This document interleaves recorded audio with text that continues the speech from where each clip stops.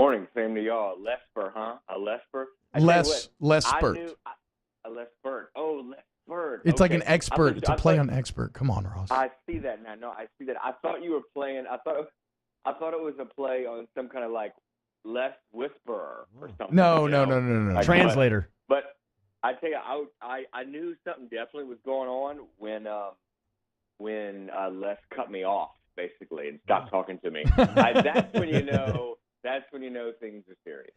All right, so what did you make of the news? Let's just start there. Now that he is officially announced as Kansas head football coach, what do you make of the hat being back on the sideline at 65 years old?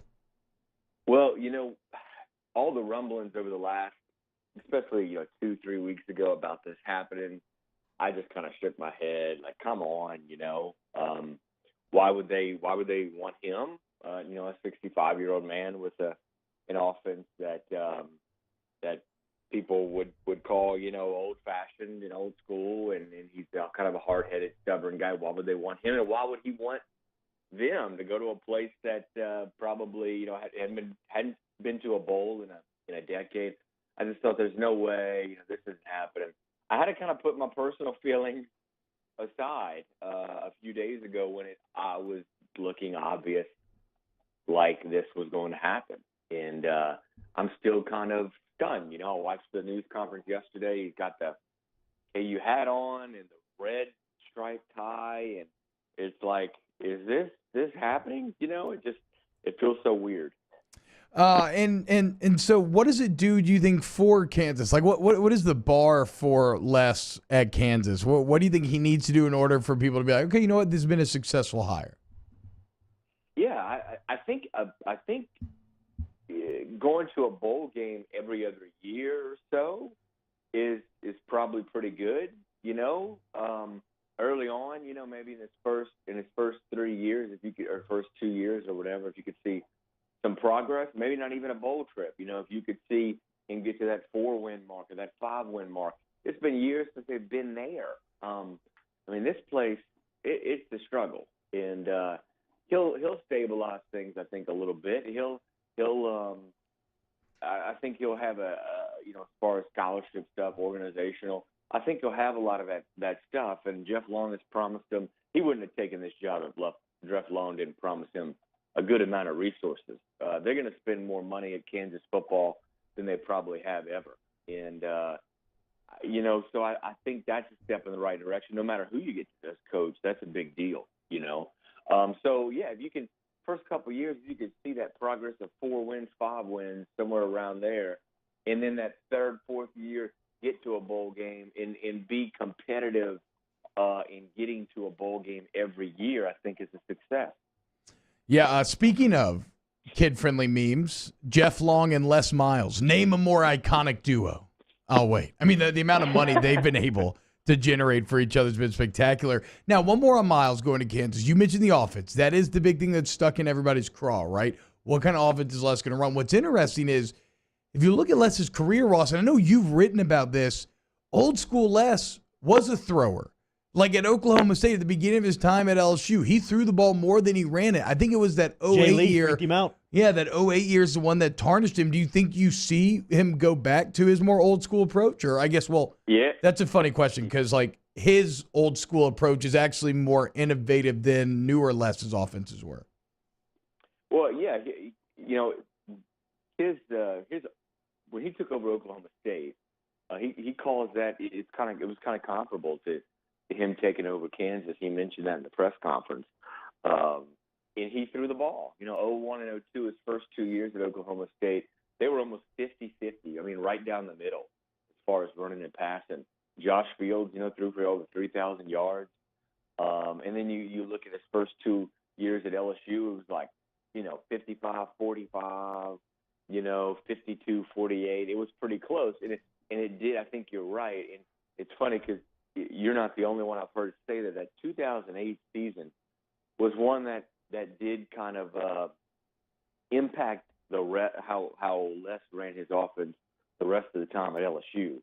And then when you throw in, a couple of recruiting misses and probably poor quarterback development, and at the end of his tenure, the last 3 or 4 years, you struggles, you get him reverting to the run. And he mentioned in that press conference yesterday, well, it depends on what kind of players I have and what kind of offense I'll run. And, he didn't have players at the quarterback position that he felt comfortable with. And I think that 2008 season had a lot to do with as far as how he thought offensively, philosophy-wise. And it affected him. But if you look back, like you said, Oklahoma State, he did early in his LSU tenure in the Oklahoma State days, he did throw the ball. He did. But, one thing you do realize when you look, even at Oklahoma State, when you look at what Les has kind of done over the course, by the third, fourth year of a program at both Oklahoma State and LSU, he's recruited to run the ball. I mean, he's recruited to smash mouth run the ball. And I don't, he did do that at Oklahoma State. His last year at Oklahoma State, they were 75% run. They won 7 games, went to a bowl game and all that. But, he's recruited to run. And I don't know if you can recruit the smash mouth run like that at Kansas. But by golly, he's going to try if he can do it. I guarantee you. Ross Dellenger of Sports Illustrated every Monday morning here with us on Off the Bench, ESPN Radio here in Baton Rouge, New Orleans, and Alexandria. Ross, what do you make of the financial settlement between LSU and Miles? $1.5 million Miles walks away with from LSU one-time payment on November 15th. But the more you look at this thing, I know Football Scoop had a write-up on it this morning from Scott Roussel talking about that LSU may have gotten taken here. What did you make on it? Yeah, I think there's more to it than that. And looking at it yesterday, making some calls and kind of wrapping my mind around it, understanding it a little bit. When it all came out on Thursday and was announced, you were thinking, oh man, Les got taken, for $5 million. What is he doing? And then it came, and then when Les agreed to the deal with Kansas, the automatic reaction is, oh man, LSU got taken for $1.5 million. Wow, why'd they do that? Look, guys, LSU knew Les had a deal in the works. I mean, come on, like Joe Lee and his administration's not that ignorant. You know what I mean? I mean, they knew something was going on, and I think for Les's, I think there's 2 or 3 things here. One, Les's contract at Kansas wouldn't be what it is if he still was on the hook for LSU. I don't think Jeff Long was going to give Les Miles the financial stability, let's say, or financial assurances with LSU still on the hook. Number 2, LSU want to get out of this deal. They've been trying to. They have been the 2 sides, Les and LSU, have been talking for a while about doing this lump sum. I think Les had the number way too high, and he came down on it the last couple of weeks, obviously. And so LSU thought, well, let's just get out of this deal, because if Les is fired before 2024, the buyout from LSU would have picked back up, and they would have had to pay again. So they just wanted. I think it was good for both sides. Obviously, right now it looks better for Les, but I think we all have to remember another thing too. What is $1.5 million to a athletic program that makes $145 million a year in revenue? Not that much. It was they just were ready to get it off the books. I get both sides. I do. Yeah. Well, Ross if something with Les in Kansas would have blown up, or maybe it still blows up for whatever reason, LSU's still off the hook. Still off the hook, for sure. All right, last one, Ross. We talked to Jimbo, hour number 1. How enormous is this game Saturday night in College Station for both sides? It is hard to describe. I just think I was talking to somebody that makes decisions at LSU the other day, and I mean he was outwardly with how he wasn't hiding it. It's a huge game, and it's a big game for I think 2 big reasons. First, a Sugar Bowl trip and a 10-win season's on the line.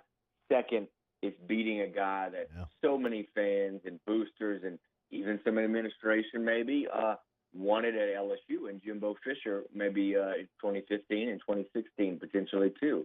So it is just from a realistic standpoint of getting to a big bowl game like the Sugar Bowl or Fiesta Bowl or something, it's a must. And from just kind of the outside looking in as far as the perspective, it's big to beat that guy. Delly, enjoy Thanksgiving. We'll talk to you next week. All right, guys. See you later.